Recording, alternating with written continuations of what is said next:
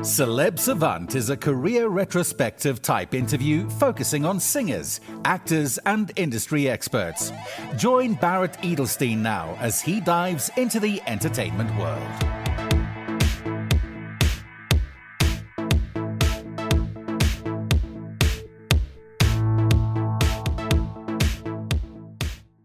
Sam Bettens is a Belgian-born American-based singer-songwriter and the multi-platinum voice behind the internationally acclaimed alternative rock band Kate's Choice. Rising to global prominence in the 1990s, the band's breakout hit Not an Addict became a defining anthem of the era, earning international chart success and establishing Sam as a distinctive and compelling voice in modern rock. Over the course of a career spanning more than 3 decades, Sam has toured extensively worldwide and built a reputation for deeply personal songwriting, emotional honesty, and powerful live performances. His work has consistently explored themes of identity, vulnerability, and human connection, resonating with audiences across generations. In recent years, Sam has entered a new creative chapter as a transgender man, bringing a renewed sense of authenticity and perspective to his music. This evolution is reflected in his 2025 solo album Coming Home, an Americana country-inspired project recorded in Nashville. As he continues to tour internationally and release new music, Sam remains an artist in constant evolution, one whose work is grounded in lived experience, artistic reinvention, and a commitment to telling honest, meaningful stories through song. Up next on Celeb Savant, we've got Sam Bettens. Where in the world are you and how are you doing? I am in Palm Desert, California, and I am doing great. I played tennis this morning, so I got a good start going. Okay, so Sam, let's start at the very beginning. At what age, whether as a child or teenager, did you think, okay, I want to be in this creative world, and how did that journey progress? I always loved to sing, and my brother and I, at a kind of a young age, like in our early teens, he was playing guitar, and I would sing a little bit, and we would sing songs from our parents' records, like Simon and Garfunkel records and Bruce Springsteen, and we would learn one of the songs and then maybe playing for some family or something, and then for some friends, and then play at a party. You know, being from Belgium, it was not something that we thought that realistically could be our career until it really just almost literally happened. Like we weren't like, okay, this is what we have to do. It didn't seem realistic at all. So we were definitely looking at other options. So how long did it take for that moment to hit you? Was it a period of weeks, months, years? It's just one of those stories where a friend of mine had a recording from something I had done at a party somewhere. It was on a cassette tape, and she was listening to it, and her dad was in the music business and heard it and couldn't believe that that was me, and then got in touch with my parents. And before I knew it, I was in a studio recording a song for a short movie. And since my brother was already kind of in the picture, as far as like the two of us, you know, we would just kind of have fun and play at parties sometimes. I said, hey, if you're going to sign me, you should sign my brother too. It kind of all happened fast before we even had, you know, tons of songs written or even knew for sure that this was what we wanted to do. And then it started rolling from there. And before I knew it, I was dropping out of college, and the rest is history. So was your brother keen to join, or was he looking at other options? He was very keen to join, and we were both going to art school. I was studying photography. He was doing animation, and we were both, you know, enjoying our studies a lot. We were in dorms together, but the opportunity to do something with music was just so huge, you know, to the idea that we would get signed and be able to make a record. So we both kind of jumped on it right away. So the idea of actually having it and then actually doing it, were there any aspects about it that you didn't realize were actually going to be part of it? In a way, I think everything surprised me because I didn't have some huge preconceived, like, oh, this is what this life is going to be like. And we felt so lucky that we had the opportunity to do something with it. We never thought we were going to be able to make money off of this for the rest of our lives. So I think what surprised me is how quickly we kind of ended up in a very adult world.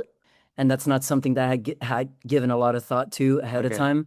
I felt really lucky to have my brother with me, who is 2.5 years older, and it just kind of kept everything normal and down to earth.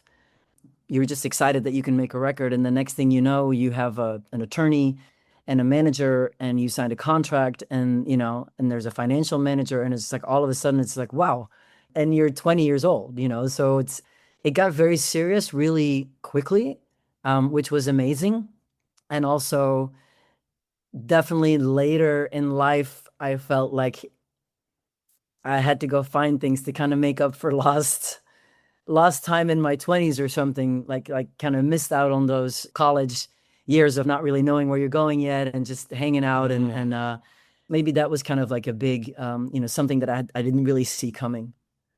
That's interesting. So you had this career that you loved and decided for you, and you decided for it, and you just went straight in. And a lot of people have the thing, oh, should I be this? Should I be that? What should I be? So how did that affect you once you realized that?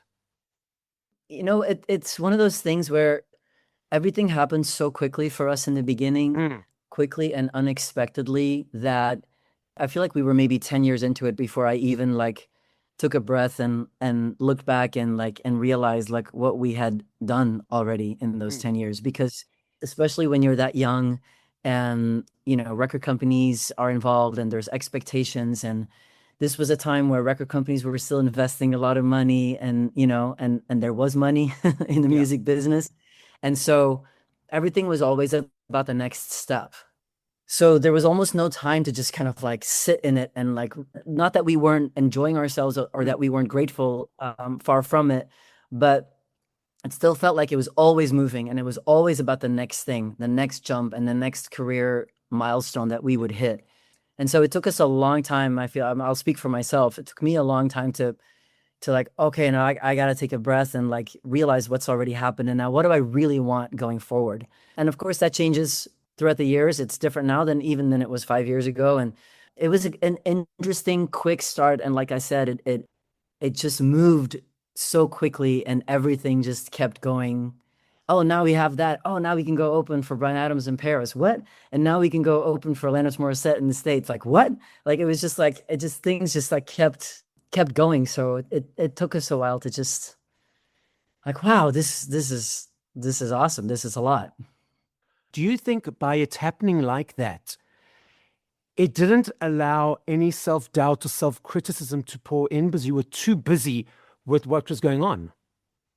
Yeah, that's an interesting way to look at it. And I think that's really true, that it's not until maybe the record company loses a little bit of interest, or all of a sudden, you feel like, seems like there's less hype around this, or we're not this new young band anymore because we've made 2 or 3 records. And it's true that the confidence was high, because I don't think we realized how lucky we were in the beginning. Like, of course we were happy and like, oh, this is amazing, everything that's happening. But looking at it now and thinking like, who does this really happen to? You're at a festival in Germany. Turns out Alanis Morissette is watching your show from the side of the stage. And then after the show, she asks you to go on tour with her in the States. It's like, that doesn't happen to normal people. You know what I mean? Like, stuff like that happened to us. And I don't think we realized in the moment, like, this does not happen to everybody. This is unique. This is crazy. It's kind of crazy for a Belgian band to be doing all this. I think you're right. There is kind of like a young, confident enthusiasm of just like, it's working, let's just go. And the self-doubt probably comes in later when the interest wanes a little bit from the outside. And yeah, and I also think like, I don't know, I'm such a better musician now than I was then. You just don't realize it in the moment because you're just going and people are having a good time. And I should have had more self-doubt at the time. But yeah, there's something to be said for just being young and naive. And I think that's a good thing. And yeah, we just kind of soaked it all in, I guess. But it's not that you were a bad musician then. It's just you've built and grown over the years. Correct. Yeah, for sure. You were in the band for 10 years, as you said. And then what were the next steps? So yeah, at some point we took a little break, really just, I mean, like I said, my brother is in the band and he and I are best friends and we've always gotten along great. We really just, since we had started our professional career together, we were very interested musical level, like what what we would do without each other, since we had literally never tried that. And we also did feel like I was saying earlier, like, okay, the record label still wants to make a record, but it doesn't feel like it's that same, I don't know, enthusiasm that there was in the beginning. And I definitely don't want to blame it on those guys, but you're definitely fighting some, I don't know, everyone's already been there, done that, and that like early wonder of like, I can't believe where we are. I can't believe Okay. what we're doing. Starts to become Everything starts to become a little more normal, I guess. Mhm. And both of us, both my brother and I, was a very easy, very friendly conversation of like, let's make a solo record and just like mix it up and challenge ourselves and just not do what's expected necessarily, but something that excites us on a creative level and see what we make separately. I think it was a really good decision. We both really enjoyed it. Working with other musicians, other producers. My brother had always been my sounding board, so not having that was challenging and new and frankly really exciting. So I think it was good for us. It kept us on our toes, and it was a fun project for me. It went really well. I did really well with it. By the time we wanted to make a record again together, we were both, yeah, we had both kind of gotten that out of our system, I guess. And when we got together again to make a record, we were really, really wanting to, it wasn't just because it was expected, it was because we were dying to do it again. So having your brother not be there to keep you accountable, did that make you and force you to make your own decisions? Yeah, that was the challenging part, that we both had to figure out like who are we without each other. And it made me honestly, it made me a better musician because once it was kind of established in our early childhood that he was the guitar player, I didn't really need to be. So I knew just enough to be able to write a song and play along a little bit, but it was another guitar player in Case Choice. That wasn't really necessary. So it made me a better musician. Yeah, it's an ever changing, which is also something that I discovered. It's just like an ever changing goal, I guess, or goalpost, or what I want to do right now. Like I know exactly what I enjoy and what I like to do, and it has changed over the years. It just does. And so when you're making something alone, you're kind of really in tune with that. Like, I don't enjoy this. I want to make something Yes. like this. This is how I want to spend my time. And so it was a good growing up thing for both of us. And now we're doing it again. I did it again and made a solo record again because I felt ripe for it and ready for it, and really wanted to do something that had nothing to do with Case Choice and that genre. So I think we both feel like we need to do these things to feel, 30 years into it, to still feel like it's new and fresh and Yeah. exciting. I think anything you do for 30 years, you have to find ways to, yeah, to make you feel super young again and as excited as you were in the beginning. And so that, like I said, it's an ever-changing thing. And I'm very in tune with it, and I follow it. I don't think it was necessarily smart to make a country record. I don't think anyone's waiting for a 53-year-old trans man to make a country record in America. I don't think anyone was waiting for me to make a country record in Belgium, because it's not really a genre that anyone listens to. But it's just what I wanted to do. So I just follow wherever I feel like my heart's going at the time. Why did you choose country though this time? What was the inspiration? Yeah, really just noticing that I had been listening to country for like 2 years straight, basically, like just a lot.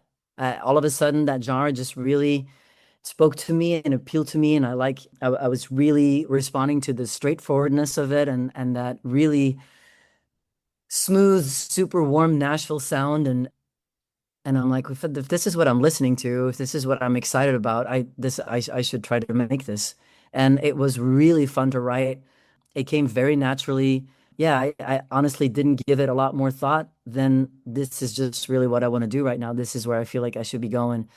And I really wanted to, that was a big one. Once I started writing, it was a very big one to be able to record it in Nashville and record it with A-list guys, from there, and have it mixed by someone from there to really kind of capture what I had fallen in love with.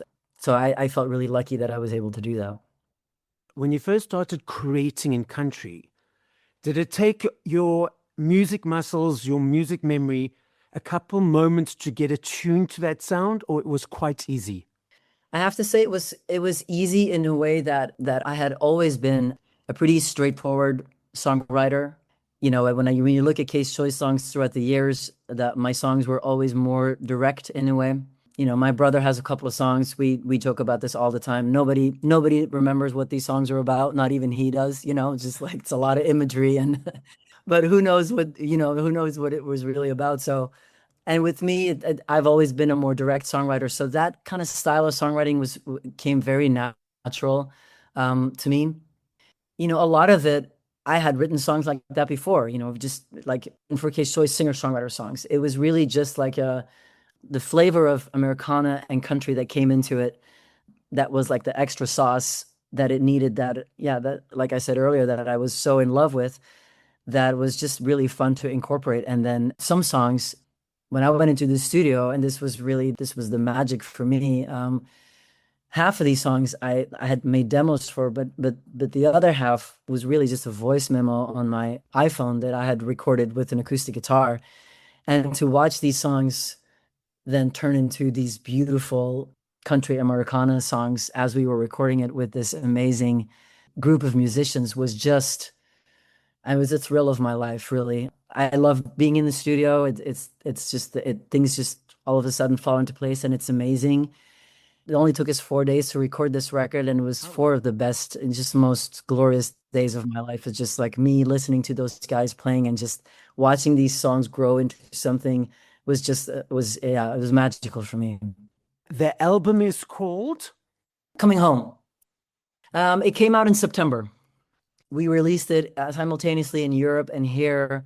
I toured some small venues here in the States, but we're kind of doing like a little second push here for the record. And I re-recorded Not an Addict, which was our biggest song for Case Choice, and made a country version for our American fans to kind of like, okay, that's the link, that's the song we remember.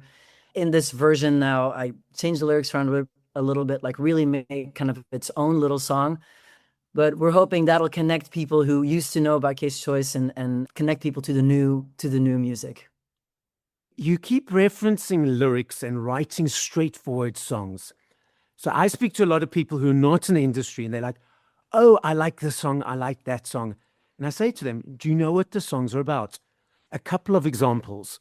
Sia's song Chandelier is all about her being an alcoholic and her staying sober. And then Crystal Waters from the 90s, she's got that Gypsy Woman song, La Di Di La Di Da. It's a dance song, but it's actually about a homeless person trying to make money. With your songs, you have intention with the writing. Do you want the audience to process it and get it straight away, or are you comfortable that they get it at their own time? I'm definitely comfortable that they get it at their own time, because I notice, I'm a very lyric driven person. There are songs that I've always loved. And then so if someone asks me like, what is it about? I'm like, actually, I'm not really sure. I just love how it sounds.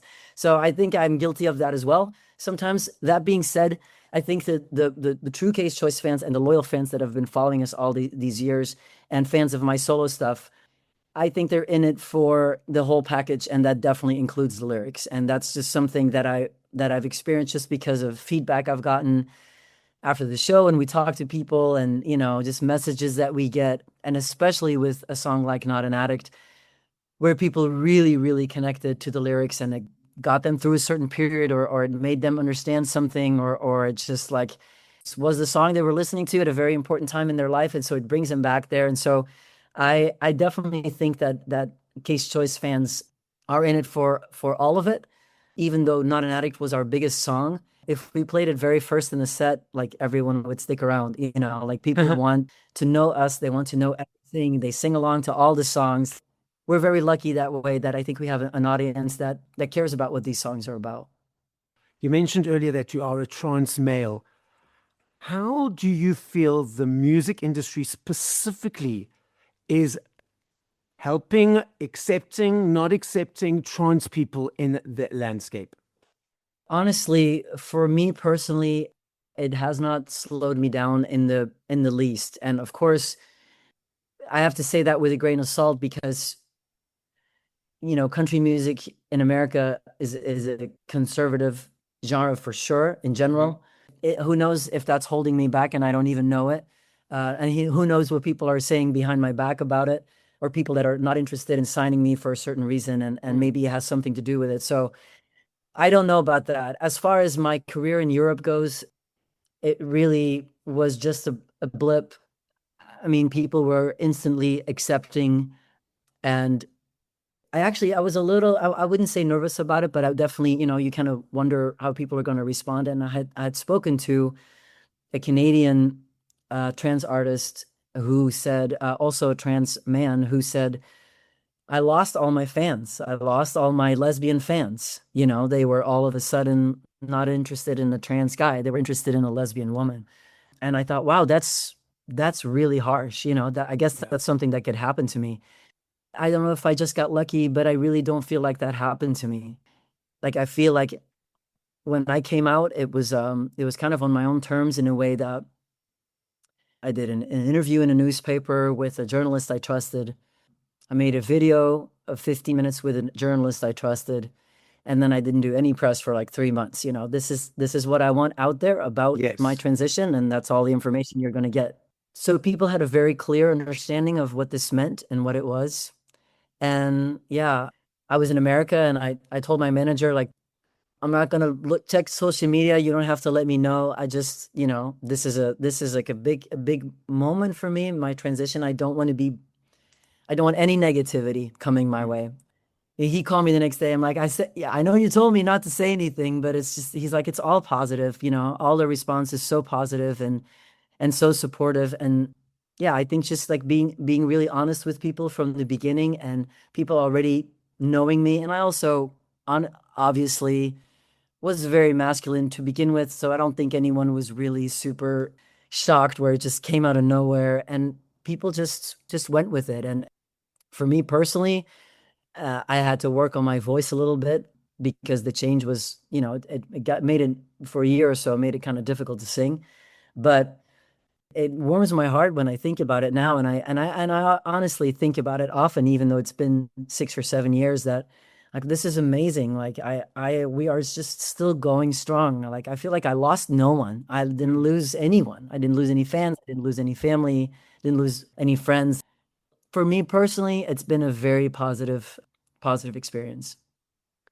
So this is just my perception.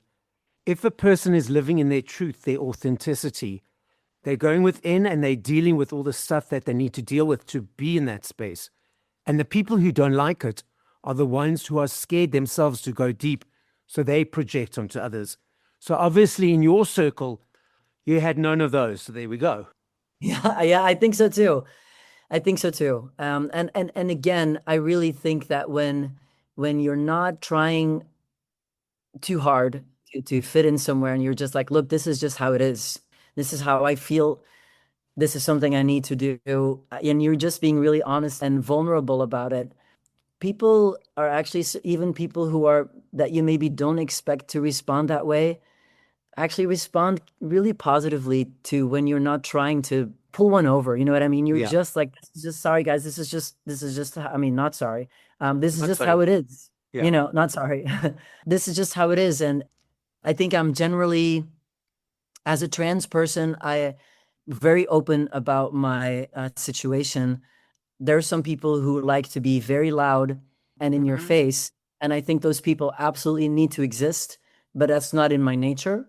I think my mild manneredness helps in a way for people to just kind of like, I've heard it from parents of trans kids, for example, who said like, thank you for making those vlogs and being so honest, because my parents are your age and now they can watch your vlogs and it makes them understand me better. It didn't just come out of nowhere. It's a person that they're actually used to, and a person who's happy and has a family and is successful.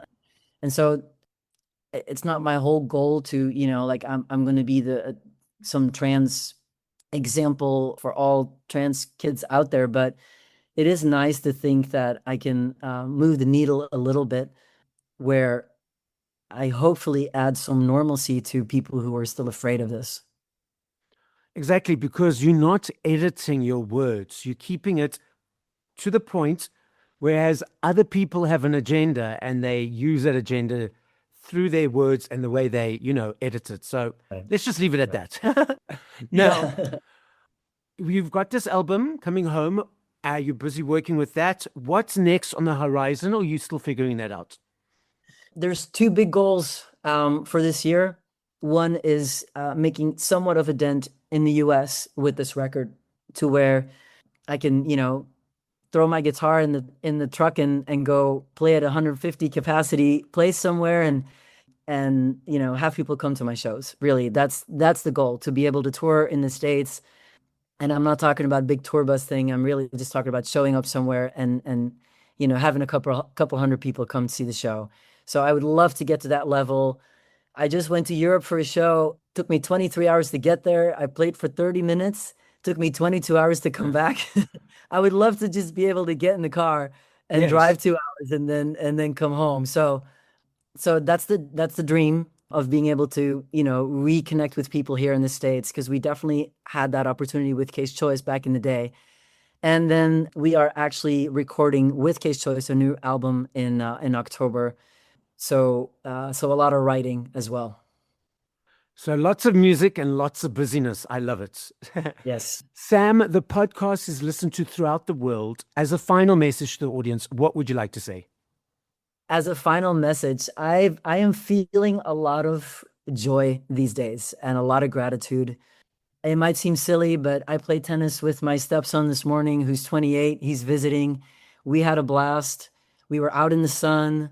I had a really bad knee for 20 years where I really couldn't play.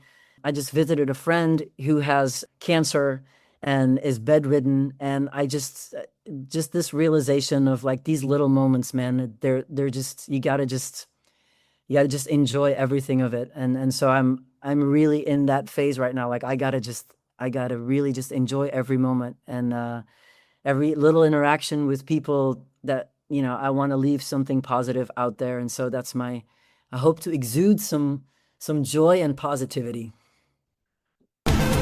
Thank you for listening to this episode of Celeb Savant. Please follow Barrett on TikTok, Instagram, YouTube, and Facebook at Celeb Savant. That's CelebSavant.